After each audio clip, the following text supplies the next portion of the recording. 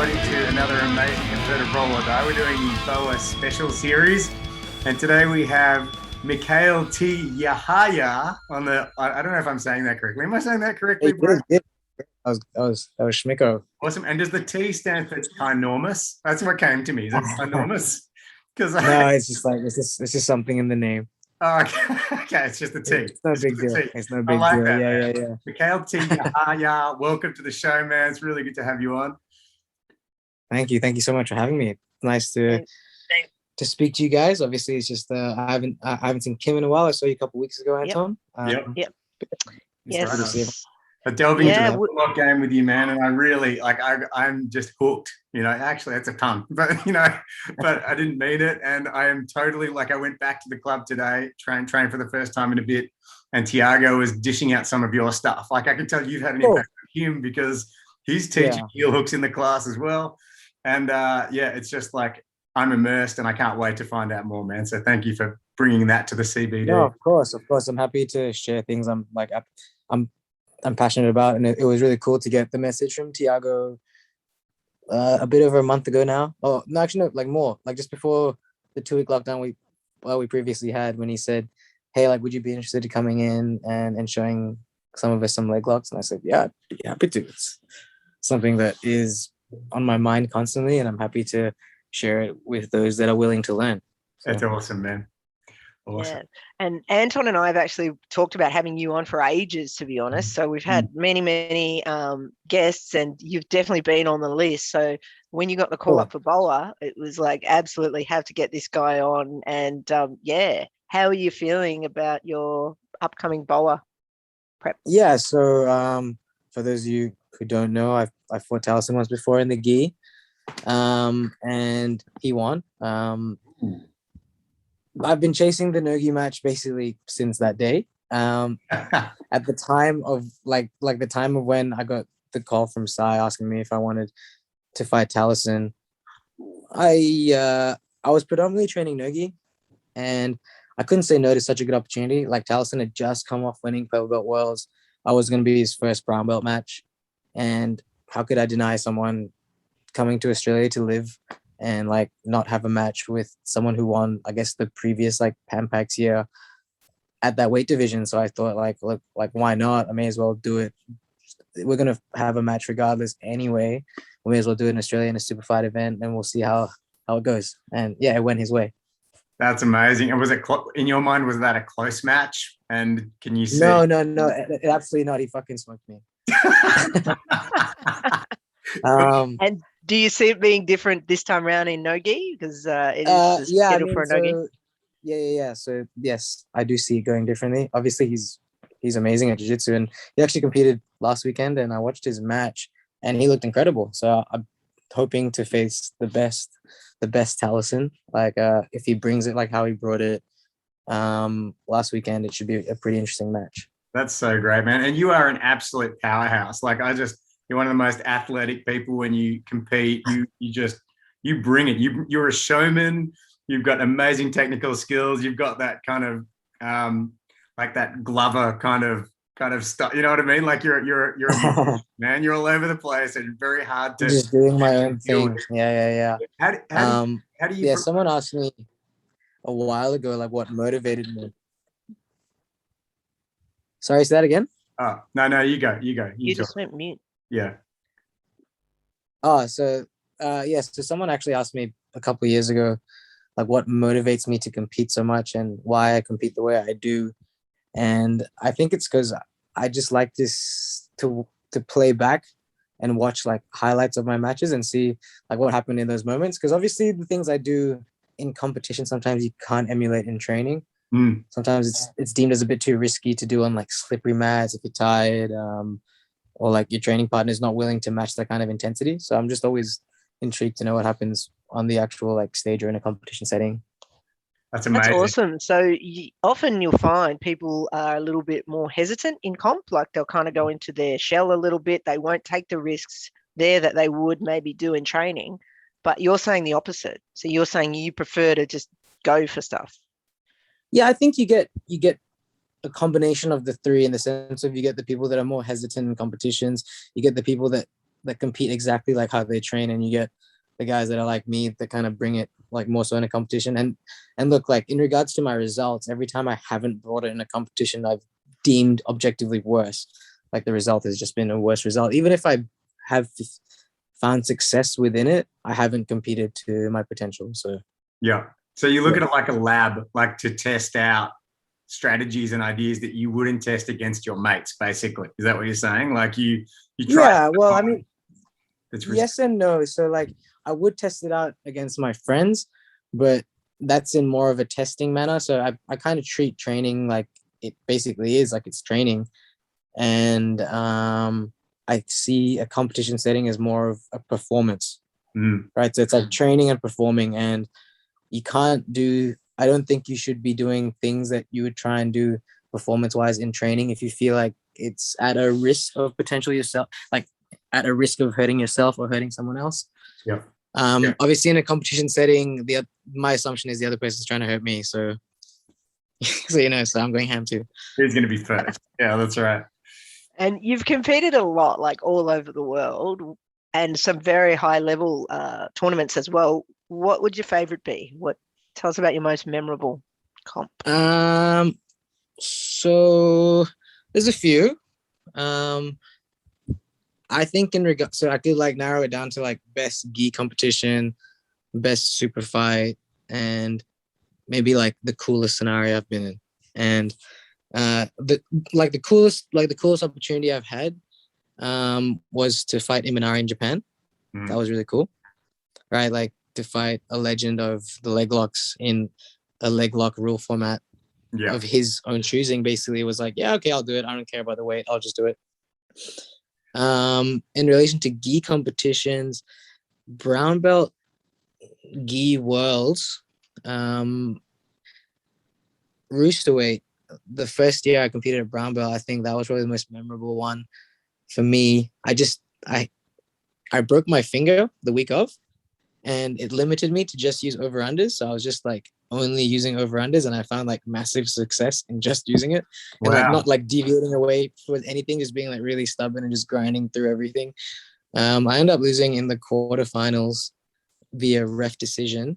And yeah, I mean, it was one of those ones where I was just not in the best mindset, like leading up to it. But then on the day I stepped up and was like, fuck it, I'm just going to go for it. And it worked out. I didn't win worlds, but it worked out good enough considering I was like pretty banged up. Yeah. And was there one more? There was 3 categories. Yes, there was Nogi. My very first super fight in New York at Kasai. I still deemed that was probably one of the best nights of my life. I'd never competed in New York prior.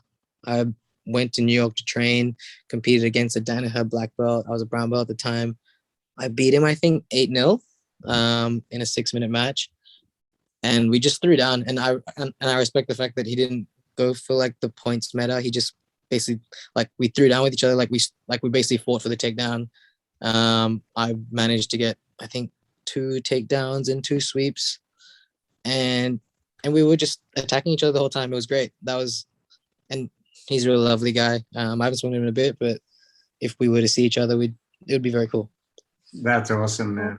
And with the Imanari match, like what was that like as far as, you're a bit starstruck by the sound of it, and also, well, I don't know if starstruck's the right word, but definitely you had a lot of respect there. And then also he is a master in that game. So how did that go? How did that play out? I can't remember. So I was definitely starstruck at the opportunity. Yeah. He originally wanted me to fight one of his students, who I think is his brother-in-law, because we were closer in weight, and he couldn't find an opponent for him. And I was like, man, it's fine. I'll come up. Like, if you want, like, I see this as an opportunity, and like, I don't take it personally. Like, we can fight. We'll be friends after, whatever. It's fine. And he was like, oh, okay, if you're willing to do it, like, let's do it. So that's how that opportunity arose. Then basically I got to the match, and the rules were a funny one because it's a 5-minute match with 1 overtime round each. Okay. And there's an offensive round and a defensive round starting in 50-50, which is kind of a neutral position. We just have like slight upgrades. Like I would hold his ankle in an offensive position and he would hold my wrist. So he kind of has like a defensive grip, I have a offensive grip. We slap hands with the opposite hands. Anyway, there's a bit of a, I guess, lost in translation in the rules. And in the rules meeting, I specifically asked, because in usual sub-only formats, if matches go to an overtime, if you submit someone in their offensive round, so it's your defensive round, and you submit them in your offensive round, in your defensive round versus their offensive round, you win. Yeah. I don't think I've ever seen that scenario happen yet, because EBI you start in either an armbar or back. It's gonna be really rare unless someone crosses their feet or something, or like some kind of like magic happens. Yeah, I don't think I've ever seen someone win in the defensive round. So I asked that question, and they said it was all fine. Anyway, we have our match. It goes 5 minutes. We're both trying to kill each other. That was good. We go to the overtime. He wins the coin flip, so he chooses to defend first. And I was like, okay. So there I am starting in 50-50. I try and leg lock him. He eventually like gets out, runs away. And that was kind of 18, 19 seconds in the overtime. So I'm thinking, all right, I've come all the way to Japan. It's his offensive round. I'm not trying to escape. I'm going to try and submit him in these 18, 19 seconds. And so at about a similar time during my defensive round, I managed to just catch the heel. And as I'm about to catch the heel, the ref says, no, you can't do that. You can't submit in your defensive round. What? So there's like, so I have the video, and like you can see like the look on my face of just pure sadness. I know that like it's impossible for me to win. I have to basically escape within a second. And he's trying to like break my foot with a straight foot lock. So I'm there like trying to like assess the situation. I'm like, all right, well, this sucks. The ref looks at me and he goes, you quit? You give up? And so there and then I was like, well, now I'm never going to give up. So I actually managed to get out of the straight foot lock. I just like basically yanked myself out, like the most untechnical way to get out of a straight foot lock ever. Yeah. And I lose based on ride time because he held me in the 50-50 longer than I could hold him. Wow. Okay, that is an intense battle, and yeah, it sounds. And that was actually my last match. I haven't competed since then. Wow. How long ago was that? When was that? That was December 2019. Yeah. Yeah, it's been a long time. Like, how are you feeling? Obviously, the world has changed since December 2019. How are you going? Like, you are a competitor. You're an international competitor. Obviously, our international borders are closed. So, yeah. I guess a chance like BOA, it's pretty exciting, to get an opportunity to compete on a big stage. And how have you managed to kind of get through the last 18 months without having those kind of big level comps? Well, I guess like I was counting my blessings. Obviously during that first long lockdown when the rules were real harsh and no one knew what to do, and that was a bit of a struggle in regards to career-wise and like not knowing what was happening next. Obviously though, we are in a scenario where like I've got a roof over my head, I've got food on my plate, like I'm loved. It's not like it's the end of the world or anything. And I tried to think about those things when like things would get me down. That said, once things were back open and I started training again, I think I've skilled up a lot in the last 18 months. And I think the rematch with Taliesin would be interesting. And I think just matches in general interesting just because everyone's grown so much. Yeah. I'm sorry, I think they're doing a fire alarm test in my building. That's amazing, man. That's the first just ticking the box for us. Dude, this is perfect. Yeah, that's perfect. Yeah, so I think like I've grown heaps, and I'm sure everyone has too. So excited to like fight next level grapplers. Yeah, I love that, man. You've grown in different dimensions and different ways than you would have if you were just training jiu-jitsu. You know what I mean? Like if you're just doing jiu-jitsu for 18 months, you wouldn't have grown in the same ways that you've grown without doing jiu-jitsu over that time. And I think that's actually an interesting point. Oh, this might be a shorter podcast than we planned. Yeah, this is gonna be real loud. I might mute myself for a sec, so you guys can keep talking for a bit. Okay. Cool. But we want to talk to you, man. This is like I can't talk to Anton anytime. I just say keep it going. Mikael, just keep going. Talk over the top of it. It's fine. We've got a very good editor. You better be able to edit that out. We'll noise suppress it. So what, Mikael, what's your physical prep like leading up to, like it's a month away, what would your life look like for the next month? So it depends on like the format of the Superfight. If it's like Superfight versus tournament, if it's going to be open weight, what the weight's at. So with the Taliesin one, it was going to be 61 kilos. Day before weigh-in, Nogi 6-minute match. So in regards to that, I think fitness wise, like 6 minutes is always going to be like no problem. Yep.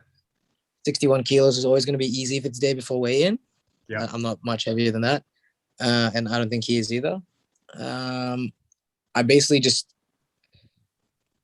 I'm assuming that I would be fighting a strategic Talisman, right? So it's mainly working on strategies and avoiding certain scenarios and being like smart with, I guess, the game plan. Yep.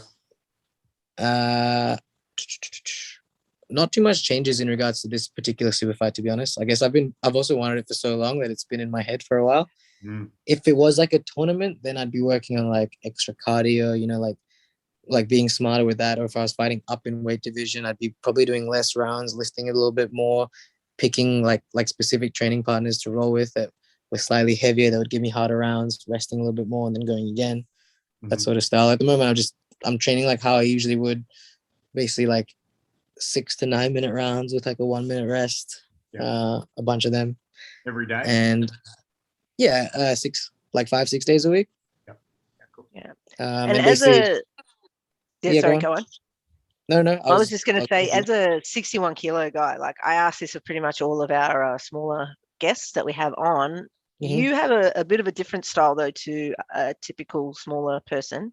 You love to go against the big guys and you really take it up to them. So I guess I always ask, as I said, of all of our guests, any advice you would give to other smaller people in training, you know, dealing with those bigger people. And I think you might have a bit of a different answer to what our other guests have given about how to deal with the bigger guys. Backflip onto their face and then, you know. No, like joke. It's like a semi-joke, semi-not joke. But basically I like tell myself that like because they're bigger, they're not going to be as good as me at jiu-jitsu. No, we have heard that before. I think someone else had said that too. Yeah, I can't remember. I like to tell the heavyweights that like they're just good at being big and they're not good at jiu-jitsu, and that's how like I start the roll with them, just to get them a little bit more mad. But look, like honestly, the way that I look at it, it's like I have advantages that they don't as well. Like usually someone that's bigger, there's just like more surface area, more volume. They may be stronger, but like, I guess because I'm smaller, I can fit through different spaces. I'd be more flexible. I'd be quicker, potentially be fitter. Obviously the size thing is a factor once a position's actually set. So I like to sit in between positions a lot of the time. There isn't a position set one. And also I'm also under the premise that like the person in front of me, if I'm rolling with them, is still a person. There's leverage. Like we're basically like the same. It's just like a different body. But yeah, I mean, like I can get them to tap. They can get me to tap. It's just whoever gets to the position first, right? Yeah, awesome. I like that. That's cool. What about game day? Like you seem like such a laid back person. I don't know you. You might be an absolute monster at home. I don't know, but you seem like such a laid back person. So on game day, on match day, what does that specific day look like from waking up to your fight?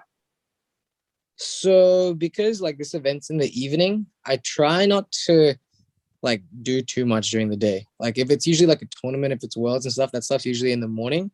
And honestly, I probably prefer that because that means that like you wake up and it's like you're going to work, you know, like straight away. While if the super fights at night, you feel like you're waiting to work or like waiting to do the thing you set out to do. So I try not to think about it too much. I like to like, it's like I would say it's intensely resting. So like I like to like go on like walks. Now I like to just like hang out, not do too much, but not be too social to the point where I'm not being focused. Yeah, right. You'll usually see me walking a lot if I'm like competing in the afternoon or the evening, just going outside, doing stuff, just making sure that I'm not like sitting down for too long, that sort of stuff. Like alone? Do you prefer to be alone, or is it like? It's hard to say. I mean, I haven't actually competed at night in a long time. I think I'd like to be around people that are also competing, but I don't mind being alone as well. I don't think it matters too much per se. Okay, got it. And we always also, sorry, go on. I keep interrupting you, man. You're so relaxed and chilled. I think you're done, and I'm just jumping in.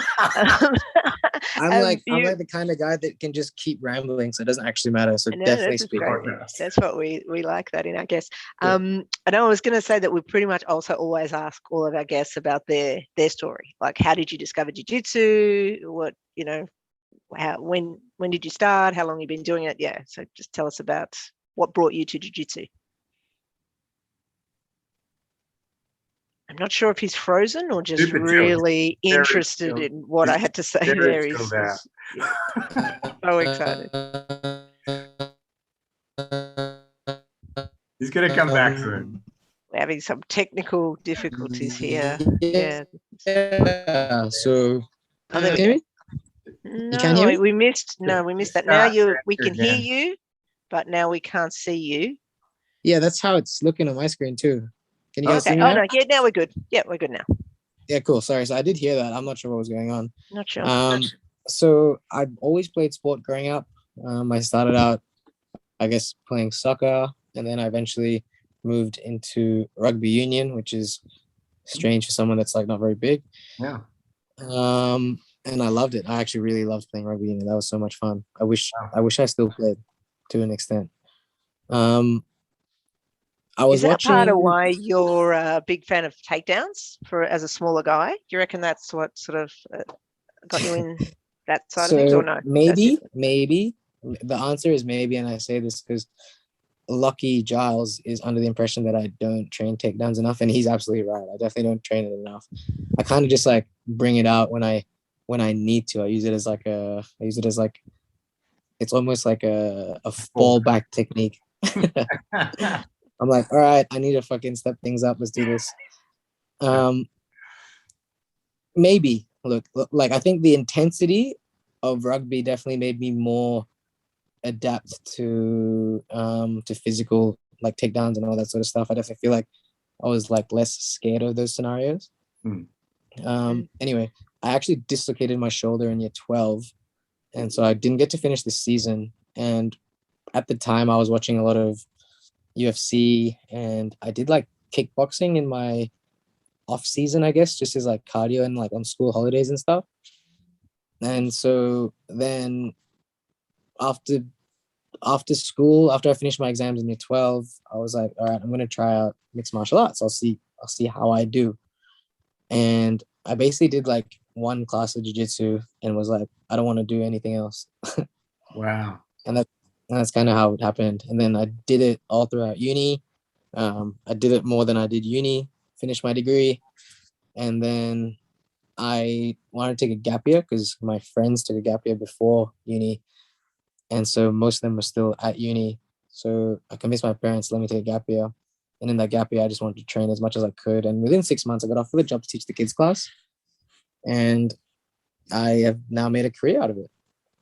That's amazing, man. Yeah, awesome. And what does BOA mean to you, like as an event? Like actually, it's a really good question for you because you have competed in some of the bigger events. As far as BOA as an Australian event, and what it means and what it's how do you see BOA? I mean, I see the event as the opportunity for jiu-jitsu to grow within Australia and especially in Victoria.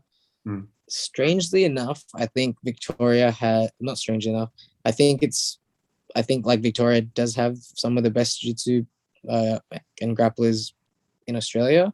However, it seems like most of the shows are in every state but Victoria.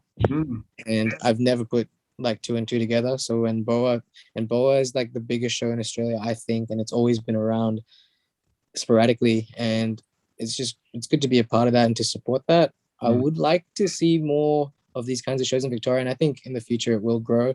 Obviously, in the last 10 years of me doing jiu-jitsu, it has grown a lot. I remember being a first year uni student, like going to a pub and like talking to girls, and they'd say, "What do you do all day?" I say, "I'm doing this thing called jiu-jitsu," and they would have no idea what it is. And like now I could speak to a person on the street, and if I mention jiu-jitsu, they'd have an idea of what it is. So it's cool to see how it's grown in that. And I think it's only going to get bigger. Absolutely. And Anton talked briefly about the leg attack game, leg locks, etc. And I guess wouldn't be right not to ask you, because you are, a leg lock master. What are your thoughts around it for beginners? So there's a little bit of two schools of thought. Some people think wait until you advance through the belt to learn that sort of thing, or others think no, learn it from the beginning, get it, so that it's part of your game right from the start? What do you reckon? I think learning it from the beginning isn't a bad thing. I think it might be the future of where grappling and jiu-jitsu is headed. I think a lot of the time when you see people that aren't comfortable with leg locks, but they've gotten up to like a high belt rank or they've been training for a few years, it's usually because they've been told to wait. And I think it's kind of daunting and it's kind of a scary thing because obviously you can have a catastrophic injury when it comes to leg locks. But I also think that's the reason why you should learn it early, not use it as like a way to like win, but understand what happens, understand how to defend it, understand what an actual application of each individual leg lock could be, and to, I guess, keep yourself safe and also keep your training partners safe. And then you then have a choice to expand if you want to make that a part of your game or not. It'd be the same. It'd be the same as when half guard wasn't a thing for a long time, and then half guard got introduced to jiu-jitsu. And you could choose to like it and use it, or you could choose to never use it. It's completely up to you. But I think it's important to know. But given the catastrophic effects that it can have for brand new beginners who don't necessarily have that control of their body or their opponent's body, do you still think it's like a good thing right from the beginning? Maybe in a school, we're quite lucky at Absolute. We have very high level coaches, a very good culture. You think it's still across the board okay to introduce it early on? What are your thoughts? Look, I think like introducing it and pursuing are two different things, right? Like, I think it is important that people understand what a leg lock is, right? And understand that it is important for you to understand the actual mechanic of what's going on, learn how to defend it, and learn how to apply it. And I think showing it early on, but also emphasizing that if you use it and an injury becomes of it, or like an injury happens, it's usually then, if the person knows how to defend, it's usually then the aggressor that has caused the injury. The worst case scenario is someone doesn't know how to apply a proper leg lock and the person defending has no idea what to do and they end up making a decision that hurts themselves. That then would be an onus on the coach, I think, not showing how to defend a leg lock properly. So in regards to that, I think the defense is more important than the offense for a beginner. And then they then have a choice to go down the path of if they want to use it or not. And I think leg locks these days are seen as like a cheap way to win. Like I think it's a way to beat somebody that might be better than you at jiu-jitsu. Like you can just avoid positions and potentially get a leg. And I think now that's just a part of the game. And you also have to think about what you're catering to your students. Like, are your students wanting to be competitors? Are they just, is it a self-defense school? Is it just a gi school that doesn't do any no gi? Then in which case you could never use a heel hook. Like what's the actual application? So that's a good point. Did you happen to so watch? it is. Sorry. So it is a mixed answer. Sorry. So like, I'm sorry that I wasn't clear. No, So no, it is no, very clear. Depends on like what kind of school you would like to have, I suppose. I think you said basically that the context decides whether or not it's a good thing for them to do or not. But did you happen to watch the UFC on the weekend and see Ryan Hall trying to use Yes. I did see that. I didn't see it live. I saw it after, and it looked like Ryan Hall wasn't himself that day. Okay. Yeah, because just for the people who didn't watch it, but basically he was trying one move over and over again, like dipping his shoulder, trying to roll and catch a leg and finish him with a leg. It looked like what he was trying to do on repeat, and then he got knocked out. I did read the next day. I don't know how true this is, but I just saw like one article, so that's why I don't know how true it is. But it was an article of him basically saying that he broke his hand in the first punch. All right. So that might have been why he was very tunnel vision and just didn't compete to the standard that you would. And look, like I've been in the scenario where I've gotten injured at the very start of a match, and that's actually only happened once. There's only been one match in my entire life where I've started it, something's gone wrong, and I just didn't want to be there anymore. Got it. And that plays with your mind, like you're living in frustration, then you're not thinking about the present while somebody's actively trying to submit you. I think it's important to be in the present when it comes to doing jiu-jitsu. So that's so true, man. I really get it. And even just in training, I know that. Like if I'm invalidating myself in a role, I'm not present anymore. And it makes my whole game goes out the window. I'm just doing some other game, some default setting game. It almost feels like you're watching jiu-jitsu happen to you. Yeah. Yeah. That's really beautiful and really deep. And yeah, I think it's a really good point maybe to wind this up to end there. So yeah, thank you so much, Mikael, No, for you're giving very up your welcome. time. And No as I problem. said, we've wanted to have you on for quite a while, and this BOA opportunity came, like with BOA coming, we thought this is a great opportunity. So yeah, we would love to have you on again, possibly. I'm sure there's many more stories that you can tell, and we don't have a lot of time now. So thank you, and really looking forward to seeing you up there on the big stage, and hopefully getting the different result this time. Either way, it's going to be an awesome show. Yeah. Yeah, thank you so much for having me, guys. It was lovely to chat to you both. Hopefully we don't go into another lockdown and we can see each other in person. Sounds great, brother. Exactly right. Great to have you on the show, man. You did not disappoint at all. You're a legend, man. Thanks so much. Thank Have a you. lovely day. Bye. See you guys. Bye.